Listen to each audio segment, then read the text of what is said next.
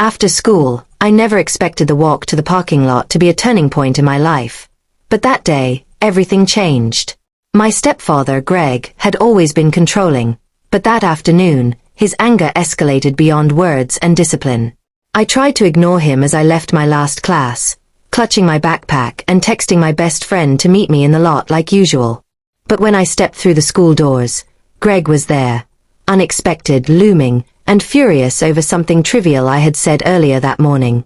His voice was sharp, his tone accusatory, and before I could react, he grabbed my arm roughly, spinning me toward the side exit. I felt panic rising, the familiar knot of fear tightening in my chest, and for the first time in a long time, I realized I couldn't handle this alone. I froze, thinking about the countless times I had endured his harsh words, his punishments, and the way he made me feel powerless in my own home. But that day, something shifted in me. I needed help, and fate had already positioned someone where I couldn't see them yet. As he stepped closer, gripping my wrist, I heard a voice call out from the parking lot. "Mia, are you okay?" I barely recognized it at first, but then I saw the figure leaning against a car, a teacher I had confided in about my home situation weeks before, Mr. Harrison, a calm and steady presence who had always made me feel safe. Relief hit me so suddenly it felt like my chest might burst. Greg's scowl faltered as he saw him, and in that moment, the power dynamic shifted. The air between us felt electric with tension. Greg's fury was palpable, but Mr. Harrison's presence radiated authority without a word. I took a shaky step back, trying to release my arm, and he did not resist my motion, but his eyes darted between me and the teacher, a flicker of uncertainty crossing his face. Mr. Harrison didn't approach aggressively. He didn't raise his voice or make threats. Instead, he calmly said, "Let go of her, Greg. This isn't acceptable." His tone had weight, carrying a combination of experience, authority, and genuine concern that seemed to freeze my stepfather in place. I felt my body relax slightly, though my heart was still racing, as I realized that I wasn't alone, that I finally had someone who would stand between me and him if I needed it. Greg released my arm, muttering under his breath, clearly annoyed but unable to escalate further with Mr. Harrison watching.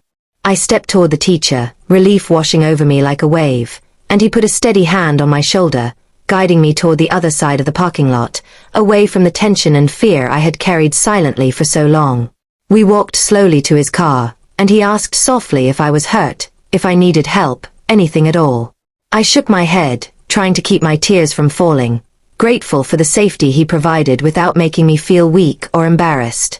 I realized then how critical it was that someone had been waiting, paying attention, and ready to intervene. If Mr. Harrison hadn't been there, I'm not sure what could have happened, but with him by my side, the fear that had plagued me for months began to dissipate, replaced by a cautious sense of security.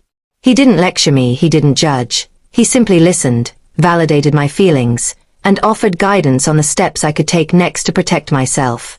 That day marked a turning point in my life.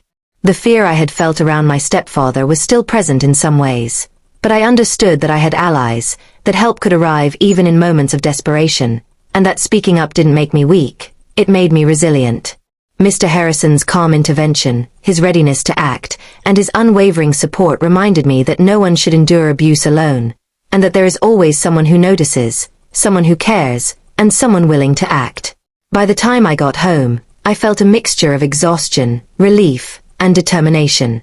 I knew the situation with Greg would need careful handling, legal and protective steps, but I no longer felt powerless.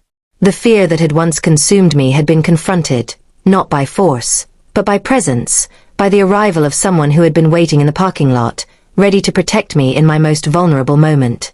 From that day forward, I carried with me a new understanding. Courage isn't about never being afraid, but about recognizing when to seek help and allowing others to stand with you when you need it most. The parking lot incident didn't erase the past, but it gave me hope for the future, the knowledge that someone will always notice when something is wrong, and that help can arrive exactly when you need it, even if you never expected it.